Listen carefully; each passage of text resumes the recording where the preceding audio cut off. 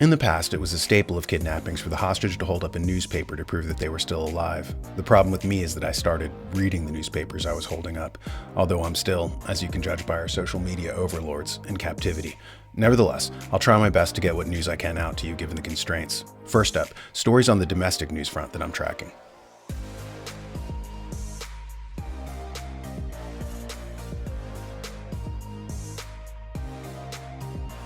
Another school shooting has taken place. According to the New York Post, gunman Dylan Butler endured years of relentless bullying that had recently engulfed his sister in the lead up to his violent rampage at his rural Iowa high school Thursday, community members said. The 17-year-old was armed with a pump-action shotgun, a small-caliber handgun, and a makeshift explosive device when he opened fire at Perry High School at 7:47 a.m., police said. Butler killed a sixth grader and injured 5 others, including his principal, before turning the gun on himself. He had plans to kill many more, however. His body was found with the not yet detonated improvised explosive device, which cops described as pretty rudimentary. Evidently, the gender nonconforming shooter posted pics of himself on TikTok prior to the rampage. In other news, conservative investigative journalist James O'Keefe drops a video on illegal immigration and the IRC, the International Rescue Committee, run by former British Foreign Secretary David Miliband. Here's O'Keefe's video on it. Do you work here? No. Okay. Especially through the press, but no. I'm sorry? Red Cross doesn't give interviews on this job. You don't give interviews? Not on this job. We ran into an American Red Cross worker who did inform us who is running the shelter. Signs of the Red Cross were everywhere, as migrants at the airport were covered in Red Cross blankets provided to them at the secretive location. Who does give interviews? The IRC is running this shelter. What's IRC? The International Relief Committee. The International Relief Committee, also known as the International Rescue Committee, is a nonprofit organization whose most recent 990 tax filing shows their gross revenues are around $1.4 billion a year. And that was just 2021. In the case of the IRC, a lot of that money is coming from you, the taxpayer. Based upon the Schedule B on the 990 tax form, $415 million is coming directly from the United States government. $178 million came from the Bureau of Population, Refugees, and Migration. $122 million came from the Department of Health and Human Services, and $114 million came from the Bureau for Humanitarian Assistance. Another $75 million is coming from the European Union, and the rest of their funding, from what we can tell, comes from the private sector and from sources like Catholic charities. So is this a shelter? Are they busing migrants to the airport? I can't comment, but if you want to talk to, if you get somebody that works here, they can probably comment. Are they busing migrants every hour to the... I can't comment on it. Raheem Kassam weighed in on the issue, saying, James O'Keefe's most recent video from Phoenix, Arizona revealed that much of the pro-migrant operations are allegedly being run by the International Rescue Committee, IRC, a massive non-governmental organization led by former British Foreign Secretary David Miliband. What's interesting about what's happening, and Miliband's name is the fact that he is from the Labour Party in England, and the Labour Party was founded by the Fabian Socialists more than 100 years ago. They founded the London School of Economics. They ran the Rhodes Scholarship Foundation. They were very well funded from Cecil Rhodes, the British magnate in Africa who created the Trans-African Railroad and had all these diamond mines and gold mines. And, basically Rhodesia was named after him, Rhodes. So he funded the Fabian Socialists, among whose number was Sidney Webb, who also worked for Cecil Rhodes in Africa and did all these experiments in labor techniques. They believed in something called guild socialism. They wanted to take us back to the age of the guilds and the feudal system, and he practiced in Kenya and wanted to bring those techniques back west. And H.G. Wells was a famous member. Annie Besant was a famous member of the Fabian Socialists. And so they wanted to subvert the society and kind of bring it down. And so they would do various little kind of sneaky subversive things. And that the very name of the organization is the Fabian Socialists is Fabianus Cunctor, who basically was a Roman general who delayed, and he beat Hannibal in like a series of battles by delaying, by not rushing in. And basically a guy named Frank Podmore, who was later fired from his job for his kind of divergent sexual appetites. Anyway, he was also a founding member member of the Fabians. And so there were lots of people like Frank Podmore, by the way. And so anyway, so he said, let's name it after, Fabianus. Let's name it the Fabian Society because we're going to mole into the system, unlike other subversives. And we're going to collapse kind of nation states, and we're going to usher in this new age of guild socialism, a new feudalism, right? And I did a report recently on the British East India Company and how they emerged. They were one of the three powers. And in the Middle Ages, there were three main powers. There was the king, there was the church, and there were the guilds, the mercantile guilds. And so they kind of worked in dynamic equilibrium until, lots of wealth started flowing in from the discovery of the Americas. Gold comes in from the Aztec Empire. And all of a sudden, these mercantile guilds get very rich and they want to take over. So they start this campaign to get rid of thrones and altars, right? So they want to get rid of monarchies and they want to get rid of the church, leaving corporations basically to run the planet. And so they wanted to bring us back to the age when they first manifested, which was the age of feudalism. That's when those three, kind of powers worked in dynamic equilibrium, as I said. And but now they were predominant, right? And so they wanted this new kind of model where corporations ran things instead of monarchies. And Fabian socialists kind of fit into that because they also believed in guild socialism, bringing us back to the age of the guilds. And so it's funny that Miliband is kind of one of their members, one of their numbers. Sadiq Khan as well ran the Fabian Society before he became mayor of London.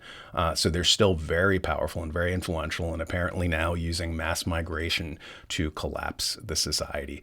So I mean, keep your eyes on that. But, of course, they don't want you to know about this, and that is why there are articles like the next one. Federally funded United States Institute of Peace calls for collaborations between the public and private sectors to address disinformation. A U.S. federal institution is getting dangerously close to advocating for restrictions on speech. We've learned a lot about this from Twitter and Facebook files, but this time pressure is expressed openly, albeit in a careful and subtle way. The United States Institute of Peace, USIP, funded by Congress and promoting the country's interests worldwide on the declared premise of opposing violent conflict, is now taking on the task of helping preserve election integrity by censoring speech. In its post, USIP is careful not to talk about the elephant in the room, the U.S. election, instead mentioning a number of other votes about to take place in 2024 across the planet. But it's easy to see how recommendations here for public and private sectors and think tanks to come together in fighting election disinformation, once having taken shape and once put in practice in, say, Taiwan or India, can easily be replicated at home. And this seems to be the technique, the blueprint, is that you beta test overseas, and once you work out the kinks or the bugs, you can then bring it home, kind of like the CIA learning the techniques for how to depose governments and collapse societies, and then they can bring that back when they know how to do it very, very well. So these discussions of elections happening in Taiwan or India brings us to our next section of international stories.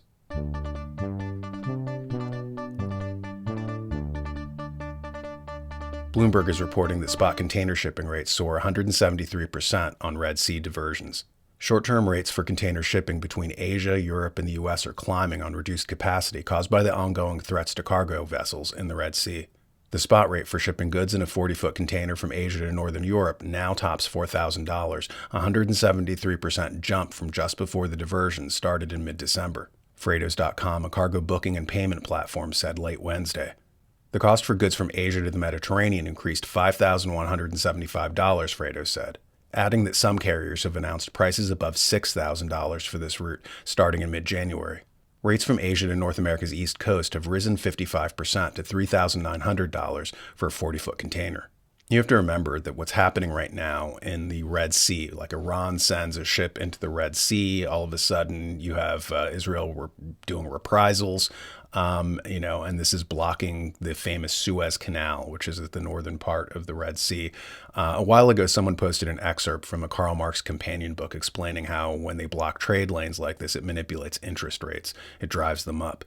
The tendency of the money markets is to bring interest rates down. Conversely, if the circulation time is for some reason extended, for example, the Suez Canal gets blocked, then additional capital will have to be obtained from the money market. And if this is widespread, then it may exert pressure on the money market, by which Marx presumably means that the extra demand for money capital will, other things being equal, drive up interest rates.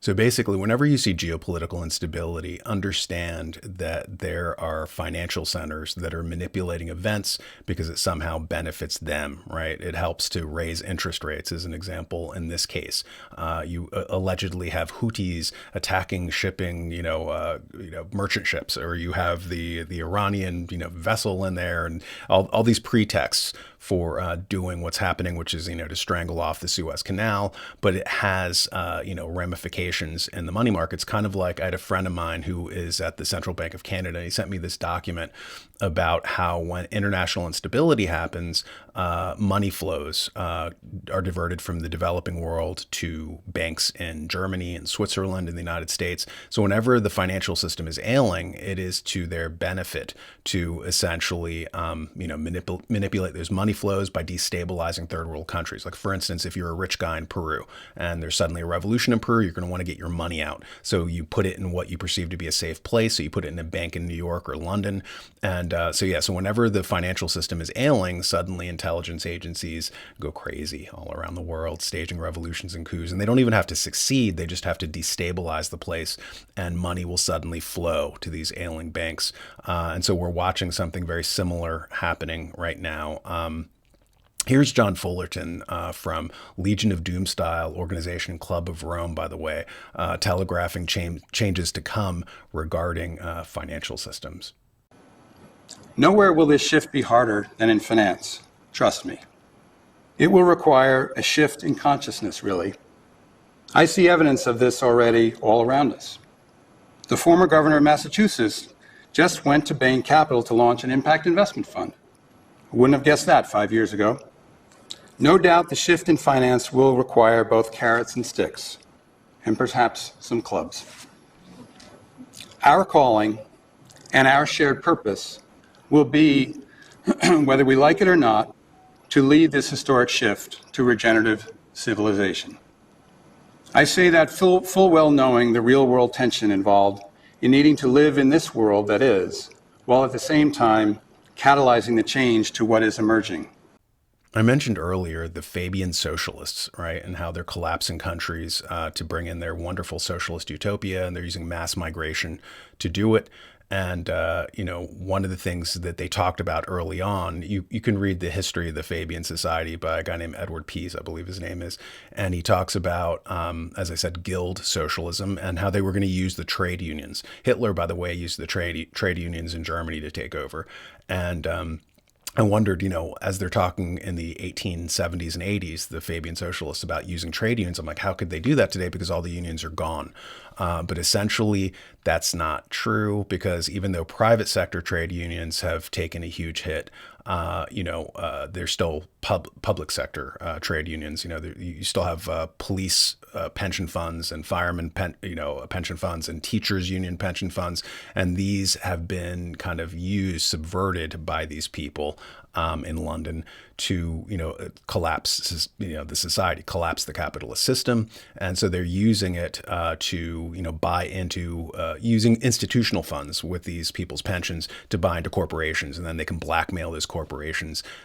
We saw a lot of this happen with Larry Fink at BlackRock. After the 2008 financial collapse, he was given permission by the Treasury to give people bailouts. So he got to determine who lived and who died as a company. And he said, okay, I'll give you the bailout package if you institute ESG, right? The environmental, social, and governance programs that basically would hijack their company and take them over and run them into the ground through diversity, equity, and inclusion, and all these other kind of sabotaging things that are being done on purpose, by the way. So the so-called Fabian socialists and the people at places like the Club of Rome, how we have to rethink capitalism, i.e. collapse it. By the way, an interesting connection that I made recently was the fact that there's a book from 1938 called Merchants of Peace, and it was put out by the International Chamber of Commerce. And they said openly in that book in 38 that they formed the Chamber of Commerce based on the Socialist International. And they said they wanted to create a businessman's international. And in chapter 1, they discuss how the Nobel Prize was basically like a fake prize with phony prestige given to it, but it was there to promote internationalism rather than sovereignty and kind of regional self-determination. They wanted to do internationalism. And so when I was reading about the Fabian socialists, they were talking about how they thought that, the discovery of dynamite would presage the collapse of the capitalist system, because they said that in the Middle Ages and the feudal ages, gunpowder essentially, presaged the end of the feudal system. And so they said, okay, well, the discovery of dynamite would probably be something very similar. The guy who discovers dynamite is, of course, Alfred Nobel, right? So the Nobel Prize, there's a connotation there that the public generally is missing. So it's basically the Communist Peace Prize. People will win that because they're collapsing the system, which is why Barack Obama gets it, or all these kind of like scurrilous people are getting peace prizes, especially people related to the recent global crisis, let's call it, because of the algorithms. Let's be cagey here. But yeah, so basically you're being rewarded for, efforts that will not preserve the civilization, but will collapse it so that they can usher in the new system to come. And so that takes us to news of the weird.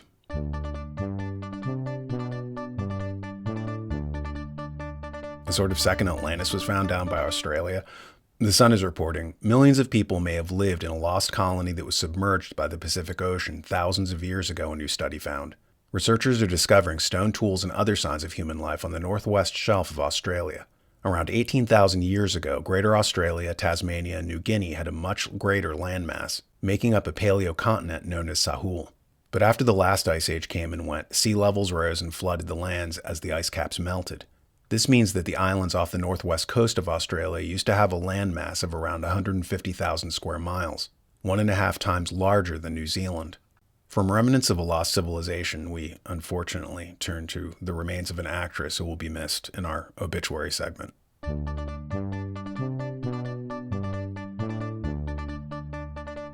Glynis Johns, Mary Poppins star and Tony Award winner, is dead at 100. Glynis Johns, the Academy Award-nominated actor who co-starred with Julie Andrews in the classic 1964 film Mary Poppins as Winifred Banks, has died. She was 100. Her manager Mitch Clem told Variety Johns died Thursday at an assisted living facility in Los Angeles of natural causes. Glynis powered her way through life with intelligence, wit, and a love for performance, affecting millions of lives, Clem said in a statement. She entered my life early in my career and set a very high bar on how to navigate this industry with grace, class, and truth. Your own truth. Her light shined very brightly for 100 years. We will miss you, Glynis, and you've helped to give life and love to millions of people out there, and we thank you. It's really important to have light in a dark, dark world. But remember, whenever there is darkness, whenever people are concentrating on that, remember that there's 2/3 of light for every bit of darkness. So like the book of Revelation talks about that, a third of the angels fell. Well, what does that mean? It means 2/3 of the angels didn't fall. For every bad thing, there are 2 good things. And we need to concentrate on that, that there is magic in the world. There is beauty in the world and art. And with that note, I want to thank you for watching the show, or as I call it, that suspicious gap in my resume. And I will catch you next time. Get my book, Actionable Ethics, to understand the basic concepts of ethics, as well as to learn how and why moral structures permitted us to create an advanced civilization. Without those moral structures, society falls apart. You can order the ebook by going to my website, actionableethics.com, or a physical copy by going to online retailers like Amazon.com. Learn how to embed ethics into your business processes during onboarding for new employees, and discover how to generate an ethical cultural field at your business or even among your children at home. Order it now. Actionable Ethics.